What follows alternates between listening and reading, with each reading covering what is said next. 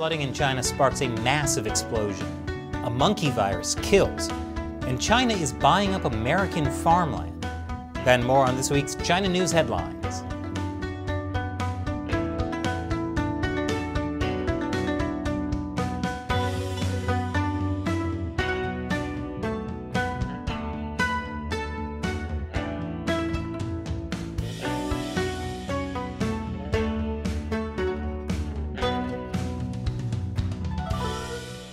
Welcome to China Uncensored. I'm Chris Chappell. Massive flooding is once again devastating China. At least 33 people have died in Henan province in central China. Chinese state-run media have called it the heaviest rain there in 1,000 years. Henan experienced almost a year's worth of rainfall in 3 days. How severe is the flooding? Pretty severe.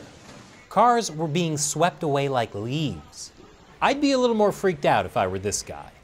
And you may remember the problem China has with sinkholes from a recent episode. Unfortunately, the flooding has not helped. Also, apparently floodwaters can make factories explode. This is what's left of an aluminum alloy plant. It was quite the explosion, and it could be seen from quite a distance. But that's not even as scary as what happened to a subway line in the city of Zhengzhou, the capital of Henan. After water burst through a retaining wall near a subway station, water started pouring into the tunnels. People were trapped in flooded subway cars, and I would definitely be a little more freaked out if I were them.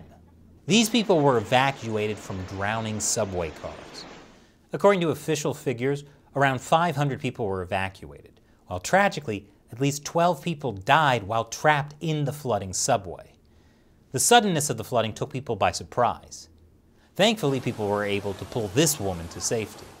But in the aftermath of the floods, hundreds of people are still missing, judging from posts on Chinese social media. And the death toll is likely to rise, although we'll probably never know the true death toll since Chinese authorities suppressed that information. And now, locals are asking why authorities weren't more prepared for the floods. Residents are questioning inaccurate weather forecasts and a confusing disaster alert system, and even why officials didn't shut the subway down after the flooding began. Some are even wondering whether the officials' decision to open reservoirs to release floodwater also contributed to the massive flooding. If it did, then I fully expect Chinese authorities to also suppress that information. More China news after the break. Welcome back. It's the book release we were all waiting for, the compilation of Xi Jinping's discourses on full and strict governance over the party. It's so exciting. The official Xinhua news agency published a one-sentence article about it. Well, someone's going to a re-education camp. Anyway, the book is a real page-turner. A compilation of over 220 reports, speeches, articles, and instructions by Xi Jinping from 2012 to 2021. And guess what? It turns out Xi is not a fan of democracy. Who'd have guessed President for Life Xi Jinping would feel that way? In January 2018, Xi delivered a speech to the Central Commission for Discipline and Inspection. That's basically his anti-corruption police force that has been purging all his political opponents. Here's what he said. As the strict overall governance of the party continues to intensify, there are also some murmurs of noise within the party. Those murmurs were calls for intra-party democracy, rather than, shall we say, more centralized leadership. 2 months after that speech, Xi amended China's constitution so he could effectively be President for life. Now, to understand this, you gotta remember the factional infighting within the Chinese Communist Party. Xi didn't make himself leader for life for fun. Just like those in the party that were calling for intra-party democracy weren't good guy reformers. Remember, they weren't saying, give Chinese people a vote. There are no heroes in everyone's favorite communist soap opera, General Hostility. As you know if you've been watching, Xi Jinping is locked in a life-or-death power struggle with a faction tied to former Chinese leader and battle-toad reject Jiang Zemin. Intra-party democracy would have taken power away from Xi and put it into the hands of the Jiang faction. And remember, in a communist power struggle, no one wins. The key takeaway, no matter what you might hear, is the Chinese Communist Party will never reform. When U.S. politicians or businesses talk about working with the Communist Party, they're being idiots. The party isn't building all those new missile silos for our health. Speaking of our health, a year after declaring a pandemic, the World Health Organization is finally calling for audits of the Wuhan labs. I mean, how much evidence could the Chinese Communist Party possibly destroy in just a year's time? But I don't want to criticize the WHO that much. I'm sure they've learned many lessons from the coronavirus pandemic, just in time for China to report its first human death from the rare monkey bee virus. The 53-year-old man was a veterinarian. He was dissecting 2 dead monkeys and got sick. It's rare for humans to contract the monkey bee virus, a form of herpes that causes brain swelling in humans. Since most people aren't at risk of coming in contact with monkey fluids, it's pretty rare in humans. However, while the monkey bee virus is deadly, it's not as bad as the monkey C virus, which causes radical behavioral changes. After all, monkey see, monkey do. More bad news for Hong Kong's Apple Daily, which is surprising since the Hong Kong government already drove the company out of business. How much worse could it get? Well, Hong Kong National Security Police arrested 3 more top staff of the paper, including the former editor-in-chief. It's not entirely clear what they're being charged with, but I think it is pretty clear Hong Kong authorities don't need much of a reason to arrest anyone these days. Speaking of the continued communist takeover of Hong Kong, staff at Hong Kong's public radio broadcaster are no longer allowed to call Taiwan a country or refer to its leader as a president. So Taiwan's democratically elected president, Tsai Ing-wen, must be called the most senior leader of Taiwan, while Xi Jinping, who was elected by nobody, must be called president. It makes total sense.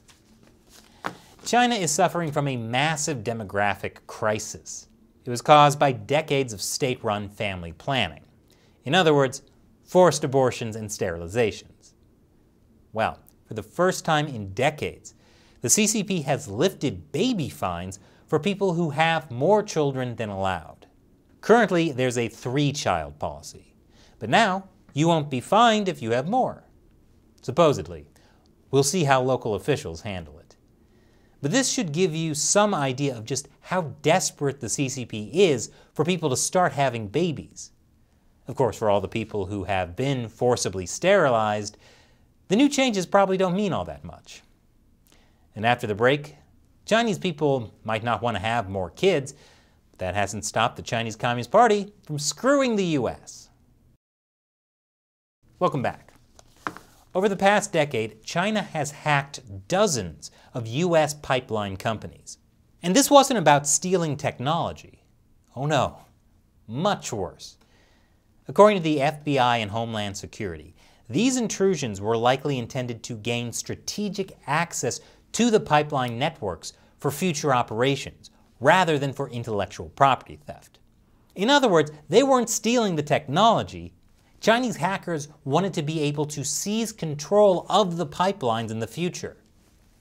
So BlackRock, tell me more about how we should be investing in Chinese bonds.